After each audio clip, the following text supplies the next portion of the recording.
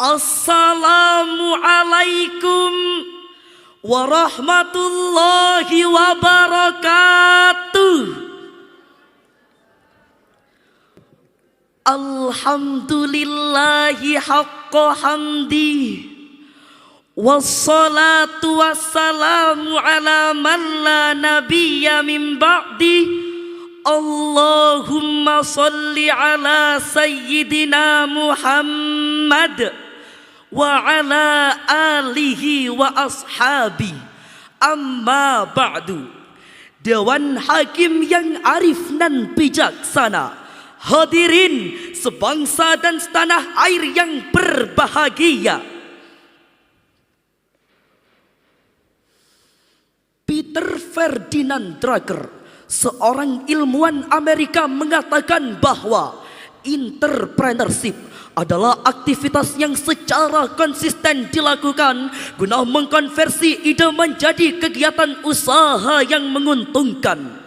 Kita patut berbangga hadirin dengan terbitnya Peraturan Presiden Nomor 2 Tahun 2022 tentang pengembangan kewirausahaan nasional dengan target kewirausahaan mencapai 3,95% di tahun 2024. Namun sayang beribu sayang hadirin, Badan Pusat Statistik Nasional melaporkan bahwa pada tahun 2022 jumlah wirausahawan di Indonesia masih mencapai 3,47%.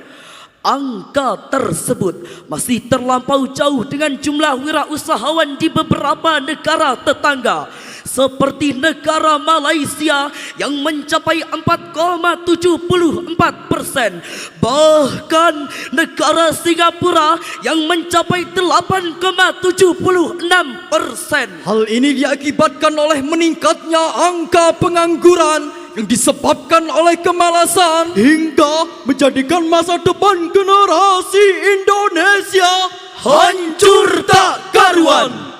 Demikian hadirin, kami kutip dari Journal of Administrative Science volume 4 nomor 1 tahun 2023.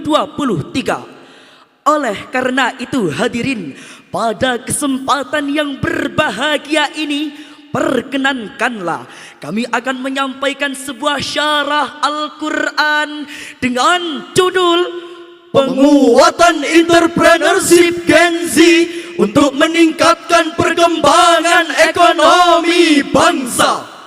Sebagaimana landasan firman Allah di dalam Al-Quran surah At-Taubah ayat 105 sebagai berikut. A'udzu billahi minasy syaithanir rajim.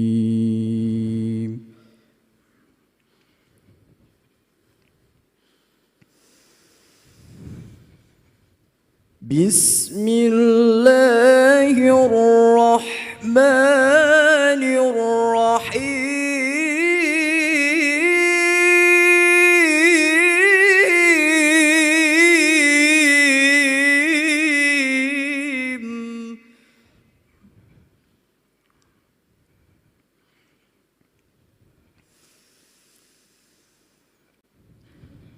Wa qul i'malu fasayara Allahu 'amalakum wa rasuluhu wal mu'minun.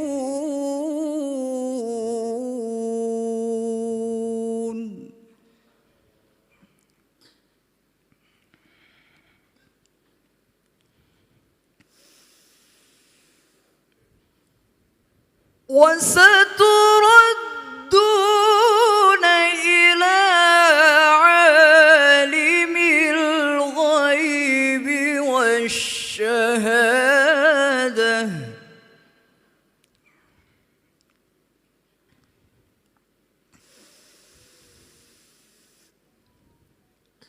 إلى عالم الغيب والشهادة فينبئكم بما كنتم تعملون.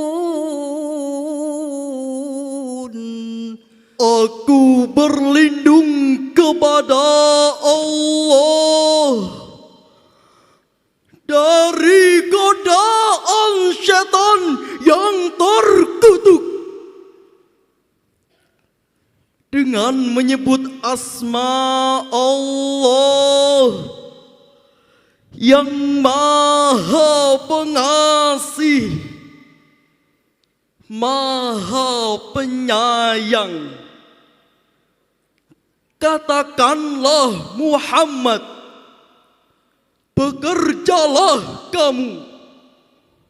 Maka Allah dan Rasul-Nya serta orang-orang mukmin akan melihat pekerjaanmu, dan kamu akan dikembalikan kepada Zat yang Maha Mengetahui, yang gaib dan yang nyata. Lalu Dia akan memberitakan kepadamu apa yang selama ini kamu kerjakan. Dewan Hakim yang mulia, hadirin yang berbahagia, bila kita amati, di dalam ayat tersebut mengandung sigat amr yang terangkai dalam kalimat i'malu, bekerjalah kalian. Sedangkan menurut kaidah usul fikih menjelaskan al-aslu fil amri lil wujub, yang pada asalnya adalah suatu perintah menunjukkan arti wajib. Imam Ali As-Sabuni di dalam kitab tafsirnya Safwatut Tafasir jilid 4 halaman 561 menjelaskan bahwa kalimat wa qul i'malu ay i'malu ma syi'tum, bekerjalah kalian sesuai dengan skill dan profesi masing-masing.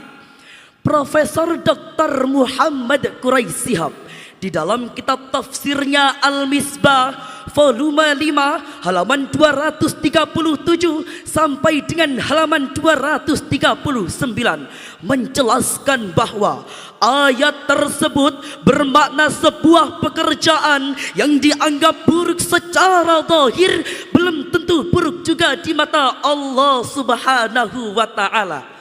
Ayat ini hadirin juga mendorong manusia agar lebih mawas diri terhadap amal dan pekerjaan mereka, karena setiap amal dan pekerjaan yang baik dan buruk memiliki hakikat yang sama, yaitu tidak lepas dari pengetahuan dan pengawasan Allah Subhanahu wa taala. Hadirin sebangsa dan setanah air yang kami banggakan, dari penjelasan tafsir tersebut jelas bahwa sebuah pekerjaan adalah suatu keniscayaan bagi manusia itu sendiri karena menyangkut eksistensi dirinya dalam hidup di dunia ini. Adapun setiap amal dan pekerjaan mereka akan ternilai dengan sendirinya dari dampak atau balasan pekerjaan yang diperolehnya.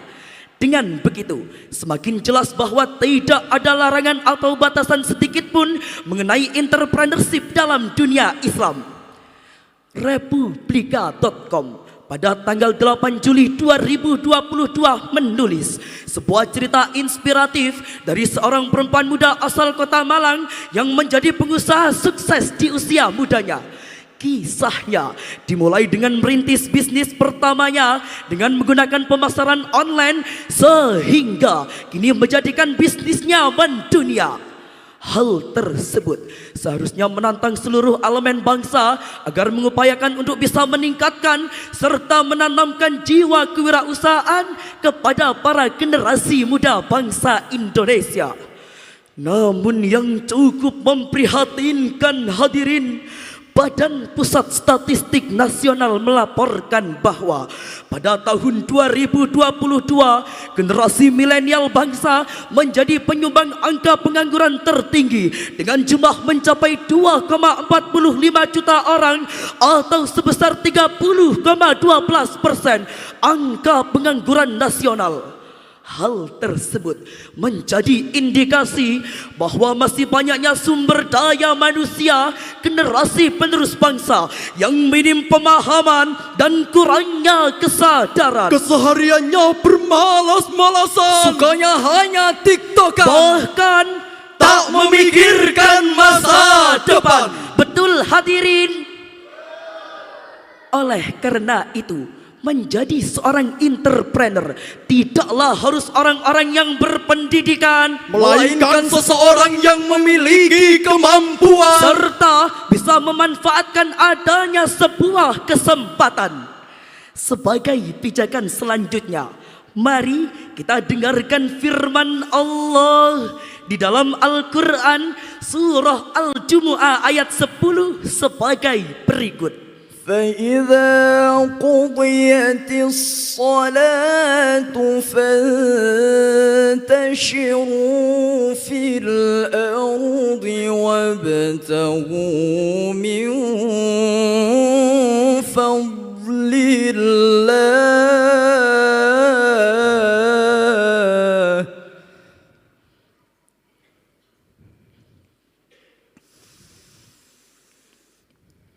وابتغوا من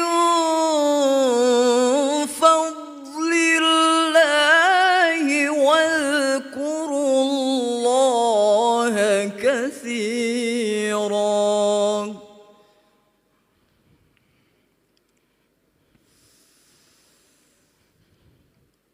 واذكروا الله كثيرا لعلكم تفلحون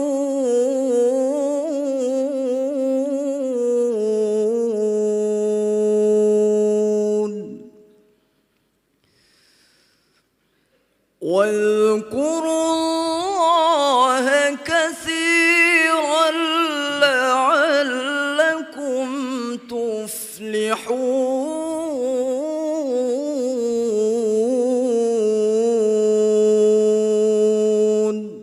صدق الله العظيم. apabila salat telah dilaksanakan, maka bertebaranlah kamu di muka bumi. Carilah karunia Allah dan ingatlah Allah sebanyak-banyaknya agar kamu beruntung. Maha benar Allah dengan segala firman-Nya dan Dialah yang Maha Agung. Dewan Hakim yang mulia, hadirin yang berbahagia, Profesor Dr. Wahbah Az-Zuhaili di dalam kitab tafsirnya Al-Wajiz halaman 555 menjelaskan bahwa jika kalian telah melaksanakan salat dan memiliki waktu lenggang, maka menyebarlah di muka bumi, carilah rezeki dari keutamaan Allah Subhanahu wa Ta'ala dengan bersungguh-sungguh, serta selalu mengingat Allah Subhanahu wa Ta'ala dengan ucapan dan lisan kalian di majelis kalian yang berbeda-beda, dengan bertahmid, beristighfar dan zikir lain yang serupa, agar kalian dapat memenangkan kebaikan dunia akhirat. Hadirin sebangsa dan setanah air yang kami banggakan, sebuah pekerjaan dalam Islam bukan hanya sekedar aktivitas duniawi, tetapi juga mempunyai transendensi. Inilah yang menjadi ciri khas Islam dalam menyikapi sebuah pekerjaan. Hal ini jika dipraktekkan oleh Rasulullah Sallallahu Alaihi Wasallam, di mana beliau merupakan seorang pedagang ulung yang lebih mengedepankan nilai-nilai shadiqah, amanah dan juga fatona. Aktivitas perdagangan yang dilakukan oleh Rasulullah Sallallahu Alaihi Wasallam dapat mengubah pandangan dunia bahwa kemuliaan seseorang bukan hanya terletak pada pangkat dan jabatan, tapi pada sebuah bidang pekerjaan. Dari sudut pandang ekonomi, ajaran dan keteladanan yang ditinggalkan oleh Nabi Muhammad Sallallahu Alaihi Wasallam semakin terasa urgensi dan relevansinya. Jika kita mencita-citakan terwujudnya masyarakat yang adil dalam kemakmuran dan yang makmur dalam berkeadilan, prinsip bisnis modern seperti efisiensi, transparansi, relasi melalui layanan manusiawi dapat ditemukan dalam etika dan perilaku bisnis Nabi.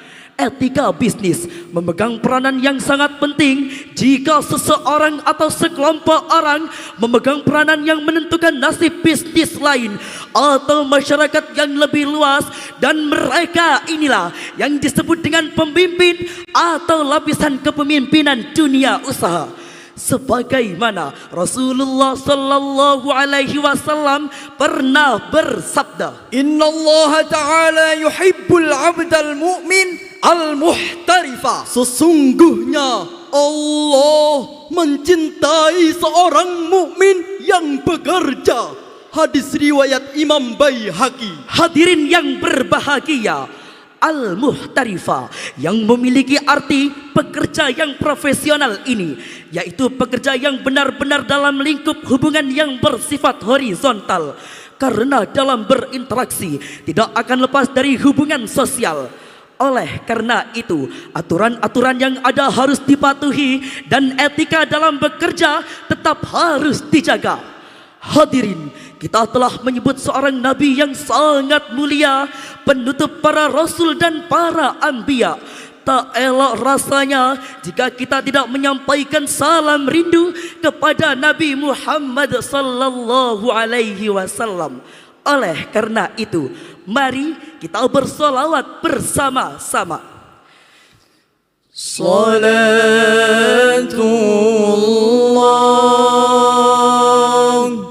salamullah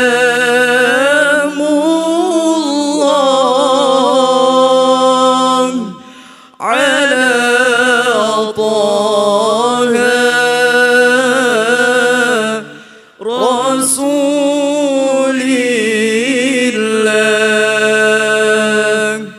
Salatullah, salamullah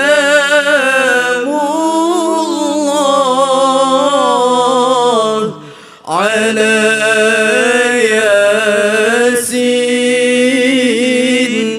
Habibillah.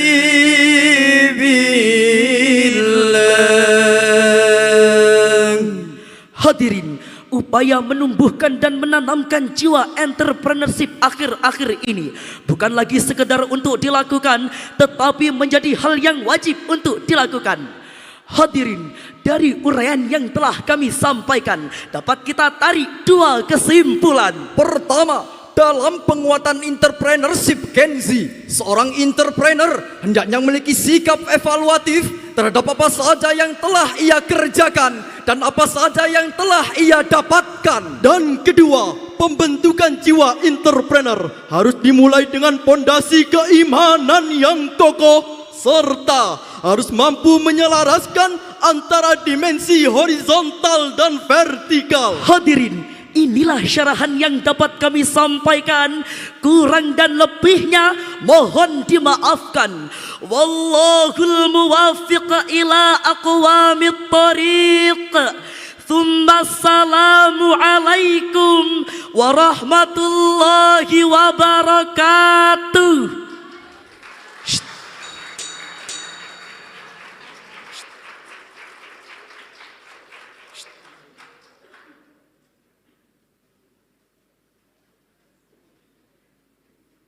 Hadirin